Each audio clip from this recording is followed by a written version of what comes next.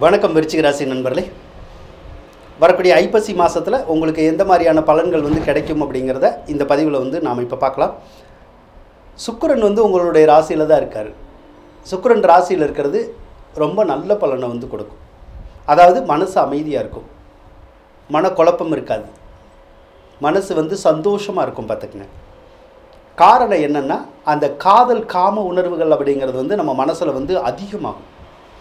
அதனால் யாரையாவது சந்திப்போம், அவங்களோட நமக்கு பேசணும்னு தோணும், பழகணும்னு தோணும். அவங்ககிட்டேருந்து கால் வராதா அப்படிங்கிற மாதிரி எண்ணங்கள்லாம் நமக்கு வந்துக்கிட்டே இருக்கும். அவங்கள சந்திக்கிறதுக்குடைய வாய்ப்பு கிடைக்காதா, பேசுகிறதுக்குடைய வாய்ப்பு கிடைக்காதா அப்படின்னுலாம் ஒரு வித மனசில் இனம் புரியாத தவிப்புகள் ஏற்படுறதுக்கான சந்தர்ப்பங்கள் இருக்கும். அது ஒரு சுகமான சுமையாக இந்த மாதத்தில் உங்களுக்கு இருக்கும். அதனால் மனசு ரொம்ப மகிழ்ச்சியாக இருக்குங்க. நினச்ச காரியமும் நடக்கும், அதனாலேயும் மனசு சந்தோஷப்படும். அதே மாதிரி சிலருக்கு வீடு வாங்கணுங்கிற எண்ணங்கள் வரும், வாகனம் வாங்கணுங்கிற எண்ணங்கள் வரும், தாராளமாக வாங்கலாம். வீடு கட்டணுங்கிற எண்ணங்கள் கூட வரும், தாராளமாக கட்டலாம். ஒரு சிலருக்கு நிறைய எலக்ட்ரானிக் சாதனங்கள் வாங்கணுன்னு இருக்கும், முயற்சி பண்ணால் வாங்கிடலாம். ஒரு சிலருக்கு இந்த சாஸ்திர ரீதியான நபர்களுடைய சந்திப்பு கிடைக்கும். ஜாதகம் பார்க்குறவங்க, சாமி பார்க்குறவங்க, கோயிலில் இருக்க பூசாரிங்க, அறநிலைத்துறையில் இருக்கவங்க, கல்வித்துறையில் இருக்கவங்க, வங்கி சார்ந்த துறையில் இருக்கவங்க, இவங்களுடைய நட்பு உங்களுக்கு கிடைக்கும். அந்த நட்பு ரொம்ப பலப்படும் அப்படின்னு இருக்கு. அப்போ அவங்களோட உறவு சுமூகமாக போகும். ஒரு நல்ல உறவை ஏற்படுத்துவீங்க. அவங்களோட நல்ல அந்யோன்யமாக இருக்கிறதுக்கான ஒரு சந்தர்ப்பம் இருக்குங்க உங்களுக்கு. சனி பகவானை பொறுத்தளவுக்கு 4வது ராசியில் தான் இருக்கார். 4ல் சனி இப்போ வக்ரமாக இருக்கனால ஒரு சிலருக்கு எந்த வீட்டில் இருக்குமோ அந்த வீட்டில் இருக்க முடியாது. வீடு விட்டு வீடு மாறக்கூடிய ஒரு சூழ்நிலை வரலாம். ஒரு சிலருக்கு சொத்து சுகத்தில் பிரச்சனை வரலாம், அல்லது சொத்து சுகத்தில் விரயங்கள் கூட வரலாம். அதே மாதிரி தாயார் கூட பகை ஏற்படுறதுக்கும் உறவினரோட பகை ஏற்படுறதுக்கும் கூட இப்போ சந்தர்ப்பங்கள் கொஞ்சம் இருக்குது. ராக பொறுத்தளவுக்கு புத்திர தோஷத்தை தான் உருவாக்குவார். ஒரு சிலருக்கு குழந்தை பாக்கியத்தை தற்போது கொடுக்க மாட்டார், தாமதம் பண்ணுவார். ஒரு சிலருக்கு குழந்தை பாக்கியத்தை கொடுப்பார், ஆனால் அபார்ஷன் பண்ணுற மாதிரியான ஒரு சூழ்நிலைகளை கொடுத்துருவார். ஒரு சிலருக்கு குழந்தைகள்லாம் ஏற்கனவே பிறந்திருக்கும். பிறந்தவங்களுக்கு குழந்தைங்களோட கருத்து வேறுபாடுகள் ஏற்படும். பிள்ளைங்களுக்கும் நமக்கும் செட் ஆகாது. பிள்ளைங்க நம்மளை எதிரி மாதிரி நினைக்கும், அந்த மாதிரி செஞ்சிடும். ஒரு சில நேரத்தில் பிள்ளைகளை பிரிஞ்சிருக்கிற மாதிரியான ஒரு சூழ்நிலைகள் வரலாம். அவங்களுக்கெல்லாம் பிரிஞ்சிருக்கவங்களுக்கு பிள்ளைகள் எதிரியாக மாட்டாங்க, அவங்களோட சண்டை சச்சரவுலாம் வராது. பிரிஞ்சிருக்கிறதுனா என்ன, நம்மளுடைய பிள்ளைகள் படிக்கிறதுக்காகவோ அல்லது வேலையின் காரணமாகவோ வேறு ஊரில் எங்கேயாவது இருப்பாங்க.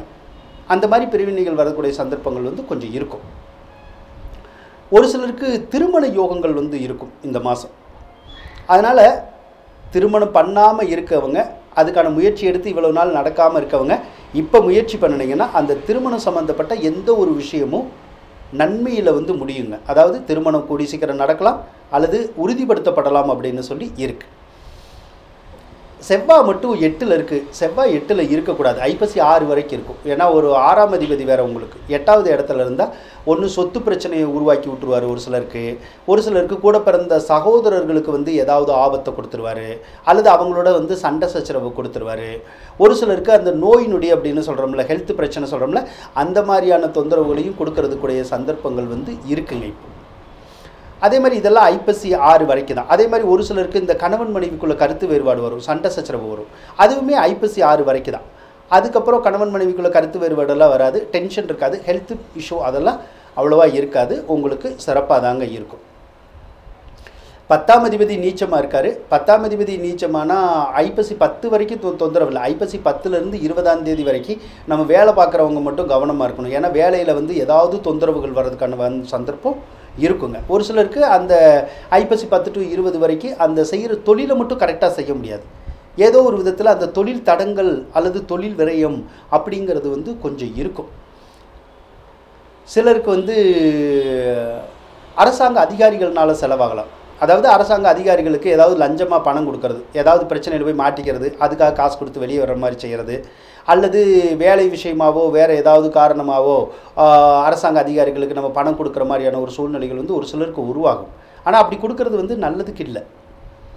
சரி, அதே மாதிரி ஒரு சிலருக்கு அரசாங்க அதிகாரிகளுக்கு காசு கொடுத்து செலவாகாதவங்க தந்தைக்கு செலவு செய்வாங்க. அதாவது அப்பாவுக்கு வந்து மருத்துவ செலவோ அந்த மாதிரி ஏதாவது வரலாம். அதன் மூலமாக கூட கொஞ்சம் செலவுகள் ஏற்படுறதுக்கான சந்தர்ப்பங்கள் கூட இருக்கும். அப்பாவுக்கு வரலைன்னா கூட நமக்கு கூட கொஞ்சம் மருத்துவ செலவுகள் வந்து வரலாம். அதே மாதிரி கல்வி சார்ந்த செலவுகளும் வரும். ஒன்று நம்ம படிக்கிறதுக்கு செலவு பண்ணலாம், அல்லது வீட்டில் யாராவது இருப்பாங்க படிக்கிற ரேஞ்சில், அவங்களுடைய கல்விக்காக கூட நம்ம செலவழிக்கிற மாதிரியான ஒரு சூழ்நிலைகள் வந்து இந்த மாதம் உங்களுக்கு இருக்குங்க. ஆக இந்த மாதத்தில் உள்ள கிரக நிலைகள் வந்து உங்களுக்கு நல்லா தான் இருக்குது. ஸோ பாதிப்புகள் அப்படிங்கிறதெல்லாம் விலகிடுச்சு. அதனால் இந்த மாதம் ஒரு ஆனந்தமான மாதமாக இருக்கும் அப்படின்னு சொல்லி கூறிக்கொண்டு விடைபெறுகின்றேன். நன்றி, வணக்கம். விருச்சிக ராசிக்காரவங்களுக்கு இந்த வீடியோ பிடிச்சிருந்தா லைக் பண்ணுங்கள், ஷேர் பண்ணுங்கள், மறக்காமல் சப்ஸ்கிரைப் பண்ணுங்கள். நன்றி நண்பர்களே.